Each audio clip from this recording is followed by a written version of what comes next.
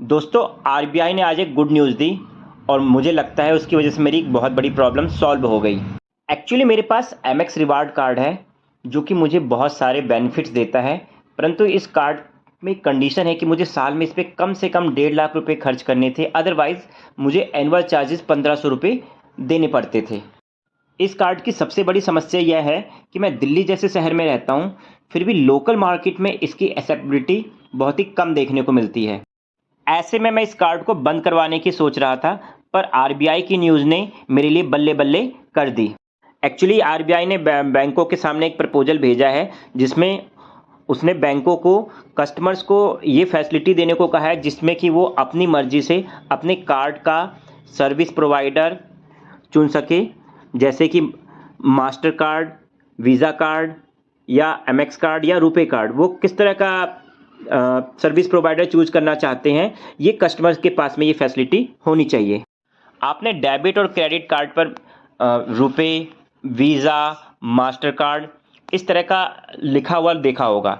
ये वास्तव में वो सर्विस प्रोवाइडर हैं जो बैंक और कस्टमर के बीच के ट्रांजैक्शन को सक्सेसफुल बनाकर मर्चेंट तक पैसे पहुंचाते हैं। इसके बदले में ये मर्चेंट और बैंकों से कुछ चार्जेस लेते हैं, इसीलिए आपने देखा होगा कि कुछ दुकानों पर जब आप क्रेडिट कार्ड से पेमेंट करते हैं तो आपसे वो दुकान वाले 2% एक्स्ट्रा चार्ज लेते हैं। कुछ नेटवर्क और कुछ बैंकों के कार्ड पर कोई चार्ज नहीं लिया जाता। ऐसे में मन में उठता है कि नया कार्ड बनवा लें, परंतु इससे समस्या यह होती है कि आपके पास एक सरप्लस कार्ड और हो जाता है और आपका पुराना कार्ड कम यूज़ में आ जाता है, जिसकी वजह से आपको 2-2 या 3-3 कार्डों पर भी एनुअल चार्जेस देने पड़ते हैं। अधिक कार्ड बनवाने से आप अलग अलग बैंकों के ऑफ़र के झांसे में आते हैं। इससे आप अपनी ज़रूरत से ज़्यादा खर्च करते हैं। इनडायरेक्टली आप ऋण के जाल में फंसते हैं, डिफ़ॉल्टर होते हैं, जिससे आपका क्रेडिट स्कोर प्रभावित होता है।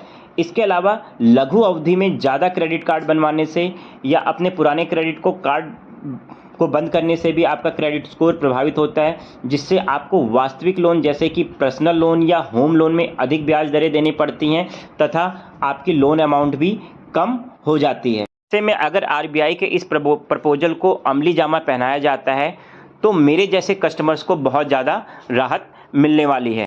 इस पॉलिसी को लागू होने से सर्विस प्रोवाइडर के बीच में कस्टमर्स को पाने की होड़ बढ़ेगी, जिससे कस्टमर्स को ज़्यादा ऑफ़र और ज़्यादा लाभ मिलेंगे। पे नेटवर्क जो कि एनपीसीआई द्वारा बनाया गया है, कस्टमर्स को यूपीआई के थ्रू क्रेडिट कार्ड की पेमेंट की ऑप्शन देता है, जिससे कस्टमर को क्रेडिट कार्ड पे लगने वाले चार्जेस में बचत होती है। ऐसे में अगर ये योजना लागू होती है तो बहुत संभव है कि बहुत सारे कस्टमर अभी रुपे कार्ड की तरफ भागें, रुपे कार्ड को चुनें और ऐसे में भारत का अपना पेमेंट नेटवर्क बहुत ज़्यादा बूस्ट होगा और इससे इंडियन इकोनॉमी को भी बेनिफिट मिलेगा। मैंने तो सोच लिया है कि मैं इस योजना के लागू होते ही अपना कार्ड नेटवर्क बदलने वाला हूँ। आप क्या करने वाले हैं मुझे कमेंट बॉक्स में ज़रूर बताएं।